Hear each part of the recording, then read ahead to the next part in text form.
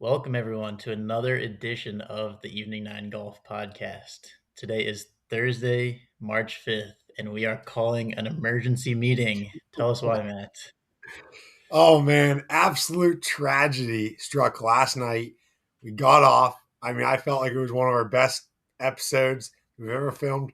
We get off, and for some reason, my video was not recording. It was only yours, which doesn't make sense because whenever you press record, it records both. I don't understand that. But yeah, so technical difficulties. The third technical difficulty we've had in the history of the pod. So we need to do some soul searching there. But we are here at 10 p.m. for the love of the game and for the love of our viewers and for our listeners. So you guys are the reason why we do it, and we deeply apologize for not getting our full episode out. That's right. That's right. We love our fans. We love the Yes. grind. So we're still here grinding out the videos. Someday we're probably going to have more technical difficulties, but maybe this will be the last one. Who knows? Maybe I hope so. I hope so. Last time was my microphone. The time before was my Wi-Fi. It's always my fault. So, I'm saying I'm taking responsibility. I'm saying, coach, that's on me. That's on me. No, I I'll be think back. I think we need to just get some work computers. Yeah, probably. But what Yeah. can you do? But anyways, We're on budget. yes, we do have the advantage now. We can discuss the first round of the Arnold Yes, Palmer Invitational and the Puerto Rico Open. yes, So uh, that might be a poor reflection of our picks, which we will also quickly run through. Um, Maybe it's better we don't go in depth why we picked them because some of yeah. them are already doing really poorly on Thursday. But yeah, we've got two tournaments this weekend: Arnold Palmer Invitational in Florida and the Puerto Rico Open in Puerto Rico. What do you want to talk about first? Well, let's get into the big one. Let's get into the Puerto Rico Open. No, I'm just kidding. Let's get into Arnold Palmer first.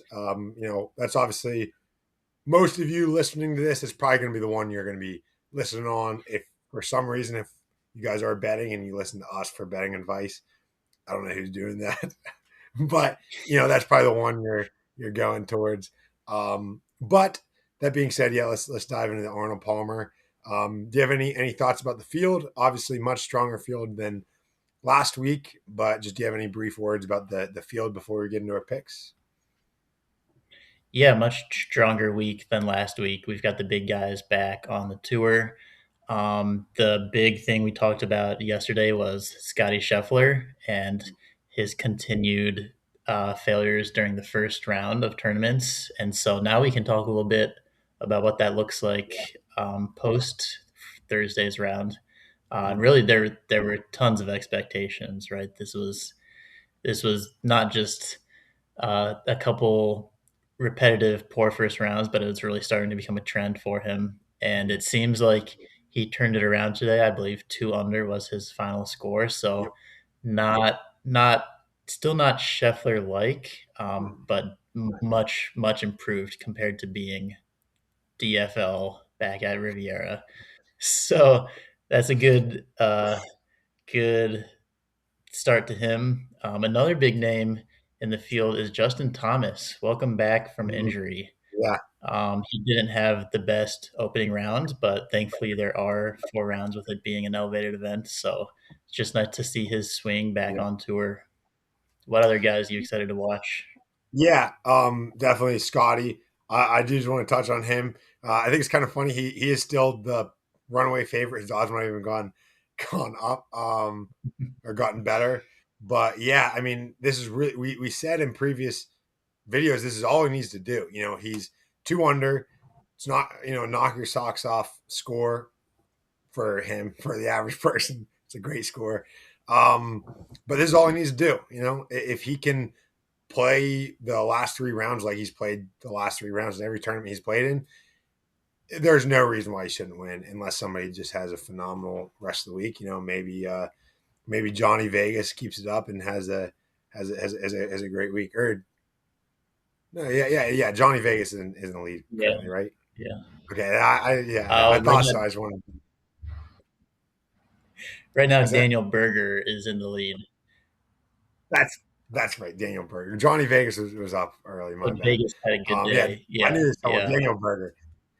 So maybe he just keeps his rolling, and he has a score that's untouchable. But yeah, this is really all Scotty needed to do. So I mean, great start. Again, you just gotta at least be in the middle of the pack for a guy like that.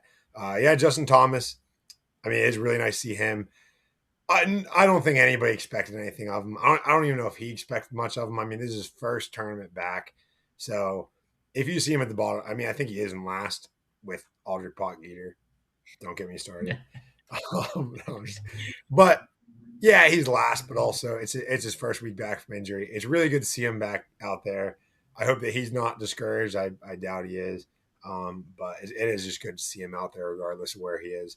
I do believe there is a cut this week, though. I believe there is a 50-man cut, so he probably will Okay. be tomorrow. Unless he has a ridiculous round tomorrow, probably will be his last round of the week before the players. But other players that I really liked at the leaderboard, I loved seeing Ludwig Berg 5 under or 6 under. Love seeing that. That's a guy. I mean, everybody knows how much talent he has, but he just hasn't really, ever since the Genesis last year, he just hasn't really been putting it together. And it's a guy that I think everyone wants him to succeed. He is just a physical specimen. He's has one of the coolest swings in golf. So good to see him at the top. Colin Morikawa, continues his strong season. Victor Hovland, the Josh Hader lookalike. If nobody's ever made that connection, but Josh Hader does look a lot like Victor Hovland. But anyways, another one. He's obviously a great player. Been struggling the last couple of years, so good to see him having a good round. But yeah, that's pretty much all I took from the leaderboard. Outside of obviously the Daniel Berger. Sorry, I couldn't name him, but yeah, Daniel Berger having a strong start to the week as well. Right, right. So Daniel Berger shoots a 30 on the back nine, 6 under through his back nine for a first round 9 under. Super great round. We'll see if he can continue that through the weekend. I don't know if you got to see his swing at all. He was one of my picks a couple weeks ago, and he really does have a unique swing, the way he Mhm. kind of arches and locks his wrist. Yeah, So kind of fun guy to watch. And then you yeah, mentioned Colin Morikawa. I can't believe he slipped through on our picks yesterday. Not to me spoil either. anything, but this is a guy who's been hot this year, and Mhm. he should have won the Arnold Palmer Invitational last year. Yeah, And things really took a bad turn for him on the back nine, but it was his tournament, and so I Mhm. can't believe we didn't think of him because that's a great pick, and he Yeah. starts his tournament 6 under, and it's looking like another good week for him. About going back to Colin Morikawa, I don't want to give too much away, but I I'm predicting right now that he walks away from 2026 with a third major victory. I think he gets a major victory this year. I do. That's my Nice. early on. That's my take. I'm not going to say which major I think he's going to win, but I think he gets a major victory this year. Another. This is just something I thought was funny. Shout out to Justin Rose. Okay, Justin Rose is maybe the hardest worker in golf. Every single time they panned to his group, he was sitting on the corner of the green or the corner of the fairway, just like this. He's like always working on his. That dude never stops thinking about his swing. Shout out Justin Rose. There's a reason why he's 43 years old and he's Yeah. still age like fine wine. So shout out Justin Rose. That's funny. After the Masters last year when he was in the lead, I was sick of watching him tuck in his sleeve for every single shot. Yeah. He I saw him do the same. I don't. I'm not gonna, get up and do it. But I saw him do the same. He was really trying to get his chest low through the swing. So I saw that about 15 times. But if you don't have any Yeah. more remarks about the field, let's get into our picks real quick. I am kind of disappointed that they're not going to be able to see the same pageantry as we had last night. Maybe I'll try to recreate it, but Yeah, well, since we already did our snake draft, maybe we should just run straight through each of yeah. our picks straight up rather than going back and forth. Do you care to go first? Yeah, I can go first. So my top 20. This is a guy that I was very excited about. I described him as a South African with some motion. I think was the words I used. That proved to be false. He is currently 7 over. I went Aldridge Potgieter. I am a big fan of his. He's such a good player. I hope he doesn't fall into the kind of the Tom Kims of the world. That he has so much success early on, then kind of falls off. But I am a big fan of him. I really thought that his movement, how far he hits the ball, was going to be a big factor. But he is, I believe, tied for last with Justin Thomas. So in my top 10, I went with Cam Young. This has been a good pick. I picked him earlier in the season. I mean, there was a time last year when he was right there with Rory. I mean, you can probably still argue that he is as the best driver in the world. I mean, he's just phenomenal. So he's been having a good week. So that was my top 10. My top 5 was Russell Henley, defending champion. Hydo kind of made fun of me for saying how big of a fan I am of him. I'm not even that particularly big of a fan of him, but he just plays good golf. There's nothing flashy about him. I mean, the way I can describe him is he just looks scared all the time. Like if you watch Russell Henley, he just looks scared. I don't know why. He looks like he's just terrified. He's like walking around like really, really, fragile. But he just plays good golf. Like that's it. Yeah. That's the only way I can describe it. And then my winner, who through round one is looking all right, and I'm going with the young kid. I'm going with Chef Woozy Dr. Chapinski. That's my guy. Maybe the best social media guy on tour, and maybe the guy with the most swagger on tour. So yeah, Minwoo Lee, Chef Woozy, Dr. Chapinski, whatever you want to call him, whatever you know him by. That's who I'm going with. Love it. That's going to be an all-time pick if he does continue to do well this Yeah, week and win. I was watching the pregame show yesterday, and I don't know who it was, but they did say, or maybe it was one of his first holes, and they said, "I like Minwoo Lee this week." And I said, "Yeah, me too." Love it. Yeah. All right. Let me throw out my picks real quick as well. Beginning with top 20, went with Kurt Kitayama solely based on the fact that he is a previous winner here and he has had his name up on a couple of leaderboards so far to start 2026. So should hopefully be a good Arnold Palmer Invitational for him. Top 10, give me Matt Fitzpatrick, another guy who has been hot to start 2026 and don't have much of a reason besides that. I believe last night you said if we're keeping receipts from our our filmed video that got deleted, you said that he does not have a golfer build. Um, and No, I don't know if he listens to the podcast, but I don't think he would hold that against you. I I did some fact checking. I think he got his braces off after about 30 years. I think he's gotten his braces off. Well, hopefully that propels him to a top 10 this week because I need it out of him. For my top 5, I chose Tommy Fleetwood, and last I checked earlier today, this was not a good pick. He was at 4 over when I checked. I am not sure where he finished his round at, but kind of shocking out of Tommy. Yeah, He's a good ball striker. He's a hot player. He's all around usually pretty consistent, right? Nothing too flashy or extremely low rounds, but he's a consistent guy. So 4 over is kind of surprising out of him. But you can't pick them all.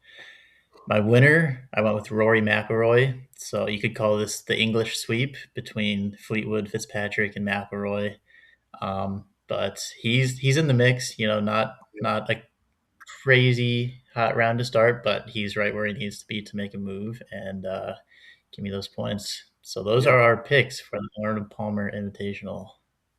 yeah. Very, very shocking. Just to touch on Tommy real quick, very shocking. I mean, this is a guy. Seems like it's been his first bad round in like a year. He's been one of the hottest players in golf, so very shocking of him. And Yeah. yeah, but I would like to touch on Bay Hill Club and Lodge. real quick, just like a second before we move on.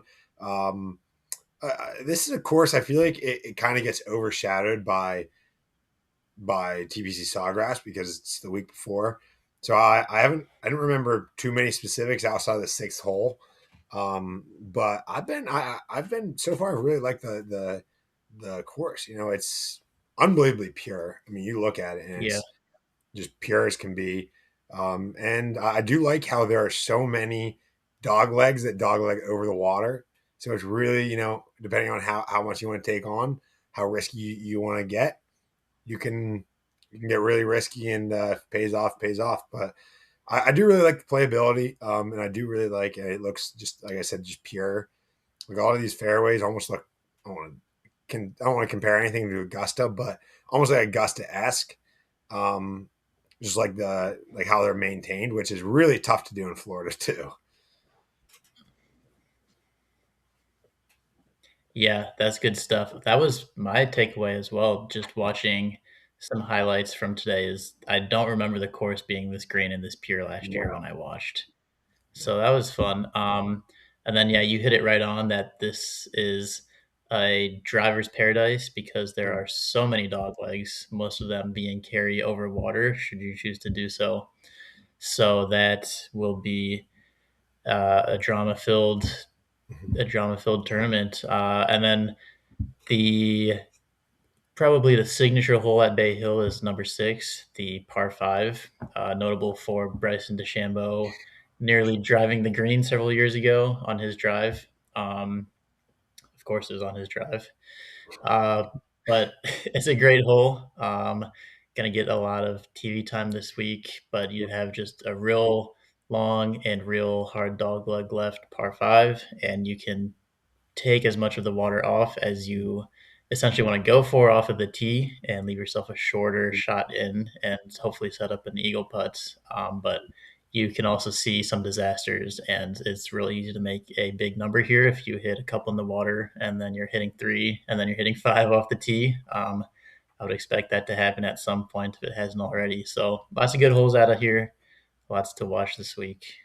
Yeah, just touching on six really quick. I guess kind of the we can kind of summarize the whole as is Scotty Scheffler and Russell Henley. They're a group. They got a lot of the TV time just because it's the number one and seventh player in the world. And Scotty, I think he's done something because he can really move it nowadays. I feel like a couple years ago, you go back and he was very average in driving distance. He can really move it. I mean, he is some that are 340 yard drives.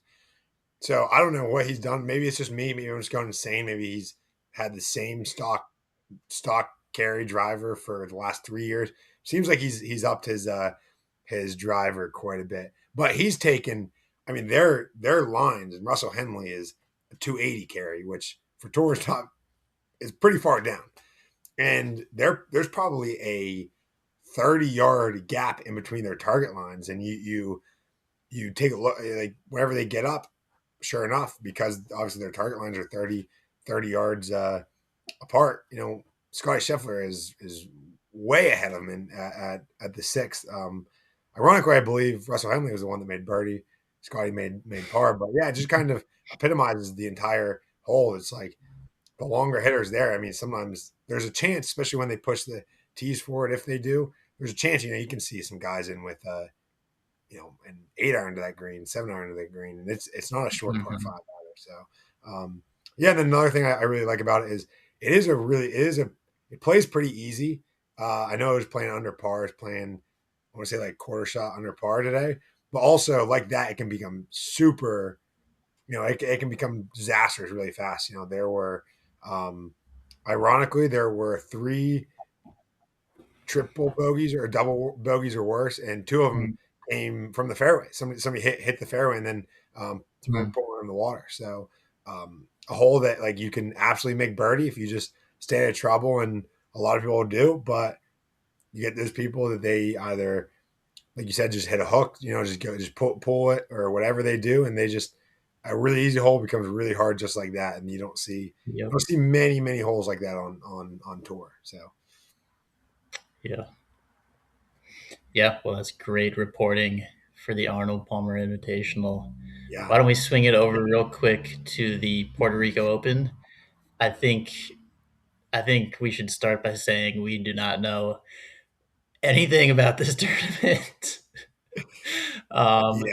I know that it's at the Grand Reserve Golf Club in Puerto Rico, which is right on the water. So I'm sure it's very pretty. I'm sure there's a lot of windy weather, and that can make it a very interesting course to watch and course to play.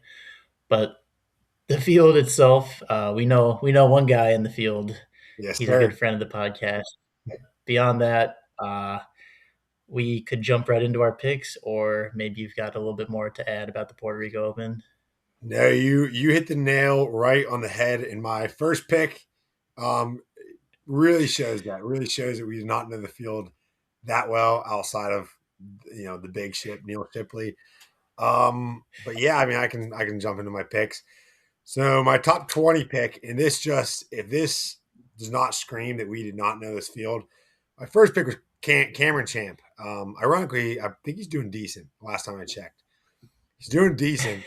But I was like, okay, he was a big name back, like a couple years ago. He was a big name. This is a PGA Tour winner at the 3M Open, which isn't a tiny event. I mean, it's not huge, but it's not tiny. I was like, he was a big name coming out of college. And then we did research as soon as we got off the pod last night. I did research. He's not he's not even a full time. He doesn't even have full exempt or full status on tour. He was on Corn Ferry last year. His last event was Q School. So I was like, I told Hyde, I was like, I am screwed if this guy's last event was the qualifier to get on to the PGA Tour. So yeah, that just shows that I knew the name really well, did not know his recent history. But my top 20 was Cam Champ. My top 10 did know his does I know his history very well. Just did not perform today. Neil Shipley had to go with him. I really thought it was the time, playing against the lower level guys. Meanwhile, he is a lower tier tour guy, but he's the better out of all the lower tier tour guys. But not doing very well. 4 over today. Then top 5, Davis Thompson. He has been decent. He was one of the favorites actually. He was toward the top of the leaderboard. He's having a decent day. And then my winner was Rasmus Højgaard, who I still feel really good about. Pure talent wise, I think he's got to be one of the best in the field. I think he's the second highest world golf ranking. He's in the 40s, so I feel pretty good about that. Excuse me, I feel pretty good about that. Yeah. Well, anything could happen these next 3 days, so don't count yourself out yet. I I did say Neil Shipley. He is on watch. If anybody's made to go 59 or 58 at the Puerto Rico Open and make the cut by 2 shots, it's Neil Shipley. That's right. I'm just thankful you're going down with the ship this week through the I know highs and the lows. the captain always goes down with the ship. All right, let me run through my picks. Again, a lot of these were based on gut. Not too much research went into this. Beginning with top 20, Alejandro Tosti. I like the guy. I'm pretty sure I've seen clips of him. He's a funny guy. Uh, I picked him to be in my top 20, and last I saw earlier today, not not top 20. Probably gonna miss the cut, so tough start there. My top 10 pick was Ben Coles. He is a young guy. So I threw him a bone. We'll see what he does this week. Ben Top Cole's T five, four. Luke Clinton. Ben Oh, Cole's love it. T4. Just like I was saying, lots of research went into this. The suits the course suits him really well. Top five, I chose Luke Clinton, another young guy. He's got maybe a little more experience coming off of 2025 than maybe some of these other younger college guys do. And so I thought maybe that could help him out in a field of mostly alternative guys. So we'll see if he can make top five. And then my winning pick was Christian Bezuidenhout. He is maybe a little bit of an older guy relative to the rest of this field. So again, I thought maybe some of that experience and some of those top finishes that he has had could propel him to a win this week. Again, gut feeling, we'll find out. But that's just a quick run through of my PR Open picks.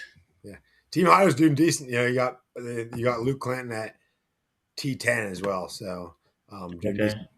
Then I know we're getting really close to that limit that we wanted to keep it under, just so because it is pretty late and we're out here for the love of the game for our listeners. But so we discussed this obviously last night on our fake podcast. Two notes in the world of golf that I wanted to run over to Tom Kim, TGL hole in one, second hole in one this season. I don't know how much you guys or how you know about TGL, but there's something called the hammer. When the hammer's thrown, they can accept or deny, except for if it's before the tee shot, then they have to accept it.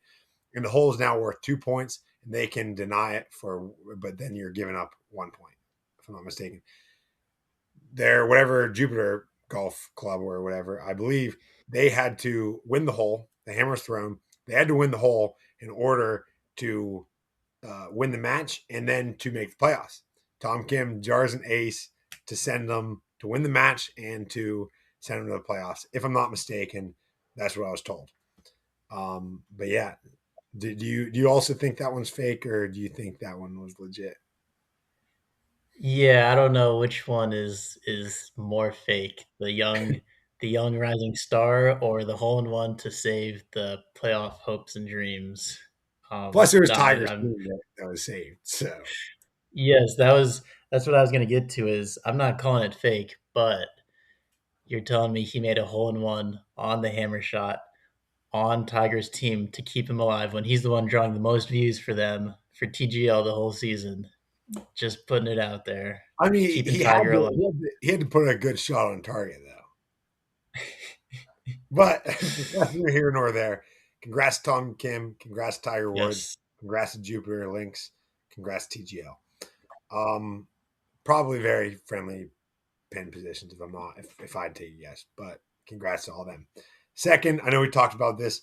McLaren Golf. McLaren, the car company, the racing company, or really car company that turned racing company, they are releasing a golf company. So there is going to be McLaren Golf. Um, I know we talked about it last night. I'm not a big fan of it. I just feel like they're going to have unbelievably expensive equipment, and like we kind of talked about, they're growing the game for people who honestly, it's almost like a rich person sport. I feel like that's kind of where we're at. Sure, they're going to make great stuff, but we do not need another Mira Golf who's selling $5,000 iron sets. I feel like that's where we kind of landed on. But did I miss anything? Did you have anything else to add on that, or? No, yeah, it's just interesting. Another high profile name trying to get into the game of golf. And I hate to be the person saying shrink the game because I really don't think we should go at it at that aspect. But I think in this case, it's growing the game in the wrong direction, if you will. It's just introducing more of these people who are just throwing money at golf just because they can and just because McLaren has their name on it. We don't need that. We need more Muni courses. We need more evening nine walks with your friends. We need the stuff that golf is all about, not just $10,000 clubs. So yeah, we'll see what McLaren ends up doing. Can't say I even want to try hitting them, but maybe you feel like otherwise. Yeah, I mean, if they were to come across my desk, I would probably take a couple shots of them. But yeah, I feel the same way. Golf's about the on one hand you have the history and you want to be respectful of the game. It's a great game. It's about having fun. So to me, it's about having fun. It's about respecting the game, and that's how we grow the game. Not by like you said, throwing money at it. But Yeah. outside of that, we stayed right at that 30 minutes minus the technical difficulties that we had that we cut out. So however long that was. So Yeah. Let me throw something out at you yeah, too before we wrap up. Uh, this is brief, but I have to keep you updated. I told you last time I played, shot a 73, right? yeah, That was 2 weeks ago. Last Friday, I went to the range and was hitting the ball as pure as can be. And really. let's just say by the end of that range session, I might have been looking up how expensive it is to join Q school. But So, with that being said, I've got another tea time lined up for tomorrow, so Okay. we will see if the journey continues. I am, if you're saying, because, it's all mental. I mean, obviously, you're a That's golfer. right. I'm a golfer. That's You're a right. better golfer than me. This guy was a stick back in college. I'm just kidding. But it's all No. mental. Once when you're in the when you're in a good state, you're in that flow state. Am I good? Yeah. Am I Yeah, good? you're good. I'm just gonna get rattled by that first Okay. double bogey at the I year mean, end. it's all mental. It's like you start striping it. No, no, no, no, no. You got it. It's all mental. If you're striping it, I'm going to say you're going under the 75 and a half. Oh, we'll see. No pressure. I'll love you the same. I'll love you the same whether you shoot, 75 or 105. Yeah, well, I might be teaming up with Cameron Champ by the end of the year. That's all I gotta say. Honestly, yeah, you might be in a Q school pairing with Cameron Champ. Cameron Champ and George Bryan probably. That's the Diesel pick effect. Send them back to Q school. Hopefully Neil Shipley never has to go back to Q school because I picked him. No, no. I'd probably quit the game of golf forever if that ever happened. Yeah, all right. Well, that's gonna do it. Why don't Yeah. you wrap us up? Yep. It's been fun. We apologize again for not getting that episode out last night, but I feel like we gave a good episode and really excited for you guys to hear this all. And thank you for listening. And I hope you get a chance to go out and play and, tune into both the Arnold Palmer and the Puerto Rico Open. Golf is amazing. We'll see you guys next time. See ya.